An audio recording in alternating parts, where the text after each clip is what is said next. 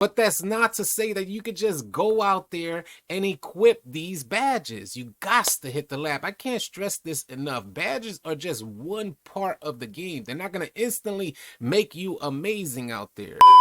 Alright, y'all, I want to go over the best shooting and playmaking badges for a playmaking shot creator. As shooting and playmaking badges go hand in hand, we want to help break down these badges so you can get a better understanding on what you should be equipping on NBA 2K22. What's good, AllCity fam? I'm AllCity, and thank you for tuning in. I would like to mention, if you guys are looking for players to run with on NBA 2K22, come on out and join our Discord. We'd love to have you. I would like to set a like goal for 139.7 likes. If you guys could crush that like goal, I definitely appreciate it. Now let's get right into these badges. Now personally, the way I see it, if you get a better understanding of these badges, how to stack them and how to activate them, you won't have nearly as many questions on which badges may suit your playstyle. And that's what I want to help clear up in the shooting badge category and also in the playmaking badge category, how these badges work together, tied in with the animations that you guys have on your players. So let's break these badges down to see what works for you. The blinders badge goes without saying, is a goated badge, but not every single player should be equipping the blinders badge. If you're not taking shots with your defender alongside of you, which means you have to actually create a situation where the defender goes alongside of you. This is what's so important about the blinders badge that a lot of players just don't seem to understand. They know their favorite player has the blinders badge equipped, so they think they should have to equip it as well in order to hit some shots, and it's not necessarily the case. I have personally seen a ton of great players that are not even running the blinders badge. Some playmaking badges and animations that you guys may want to consider when equipping the blinders badge is like animations like the Trae Young. And if we go into our playmaking badge category, you can see badges like Quick Chain that'll offer you a speed boost. Badges like Stop and Go will also offer you a nice speed boost, helping to create that shot selection that forces the defender alongside of you with a good screen. So blinders badge, in my personal opinion, is one of the greatest badges on 2K, but it has to suit your playstyle, and normally the playstyle that you use with the blinders badge is something that sets the defender alongside of you, and good screens can help set the defender alongside of you, and that's where blinders badge is absolutely goated. A lot of folks know this, but if you're wasting badge points on the blinders badge and it doesn't suit your playstyle, you may want to consider reallocating these badge points to your particular playstyle. Circus Threes goes without saying, a goated badge to have equipped, but again, if it doesn't meet your playstyle, if you're not taking those leaning or step back threes, then why have the badge equipped for that one-time scenario? I personally advise that you just make a small adjustment. If you're only taking 1 or 2 shots every few games trying to make use of the Circus Threes badge, you may not want to have that incorporated into your shooting badge arsenal. You could just make a slight adjustment to your gameplay and focus more on your strengths instead of wasting 5 to 6 badge points on Circus Threes. The Deadeye badge, a goated badge as well, but it works with particular badges or particular players. If you're a spot up stretch, then Deadeye is going to work great for you. But if you're a point guard, to make good use of the Deadeye badge, work that with the Mismatch Expert badge. If you guys don't know, Mismatch Expert is absolutely goated as well. Gives you guys a tremendous boost to your shooting. But again, what works well with the Mismatch Expert, when you have these two badges, Mismatch Expert and Deadeye working in tandem, you need to have the right animations, primarily like a crab animation. The Trae Young size up escape animation really gives you a good crab animation, along with the Damian Lillard size up escape animation as well. And the scenario that you're creating with these two particular badges is getting a nice speed boost in one direction, Trae Young back toward the defender, putting the defender behind you while his help is in front of you. Normally a taller player is going to be in front of you. The defense from a taller defender only benefits you with the Mismatch Expert badge, as the boost that you receive from Mismatch Expert starts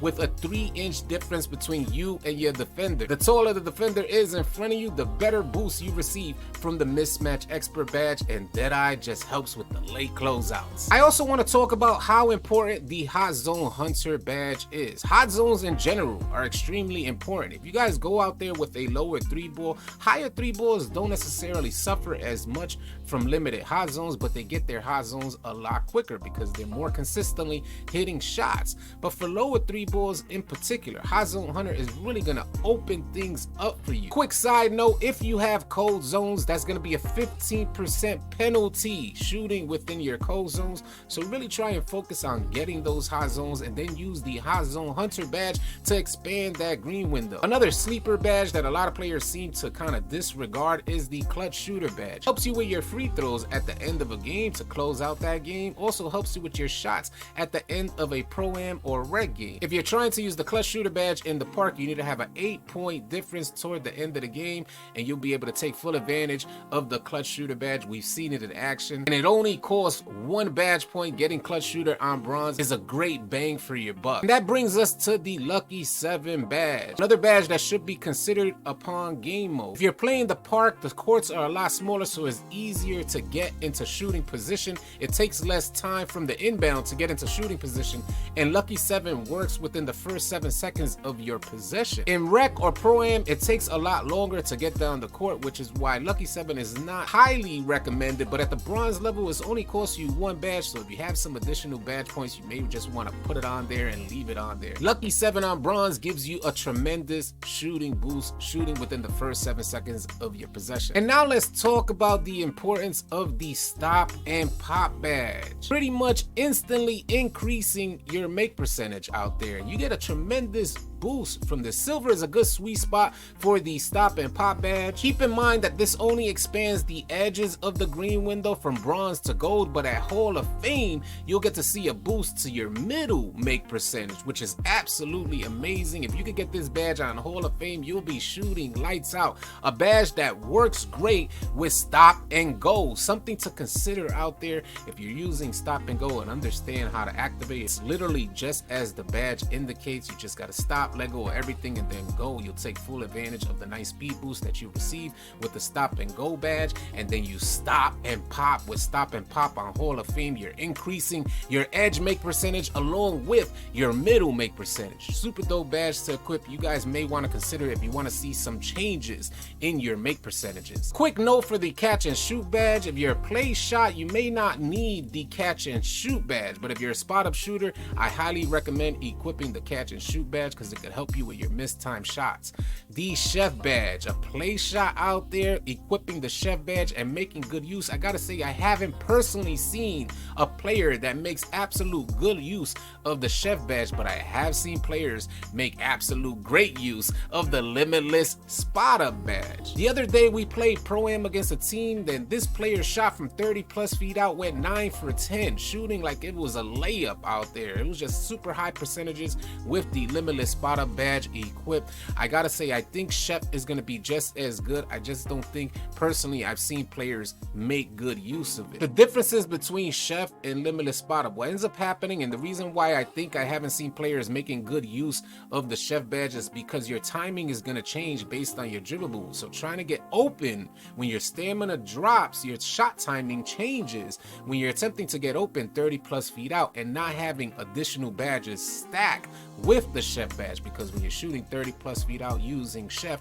you're not going to have the advantage of stacking badges because there's no badges that stack with the chef badge along with the limitless spot up badge. But what I noticed with limitless spot up is that being that you're in a spot up position, you're not draining your stamina, your shot timing is not changing, which means you're going to get a perfect animation with great shot time. The rhythm shooter badge, a dope badge to have equipped if you guys are out there Trae Younging, going into crab animation, stop and go, things like this. If you want a quick stop into a crab animation, rhythm shooter is really going to work for you. 2 dribble move combinations will activate the rhythm shooter badge, and this badge stacks as well with badges like stop and pop, so the percentage boost that you receive to your shot is absolutely outstanding. But that's not to say that you could just go out there and equip these badges. You got to hit the lab. I can't stress this enough. Badges are just one part of the game. They're not going to instantly make you amazing out there. If you're not working properly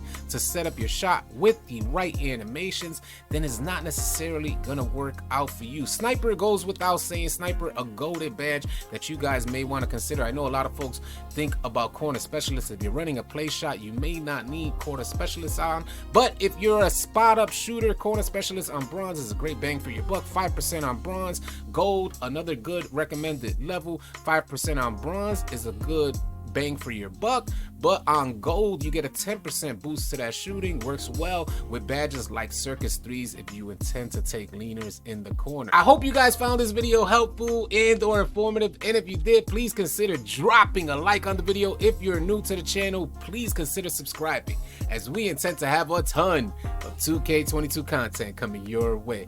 I'll catch you guys on the next video. Easy, y'all.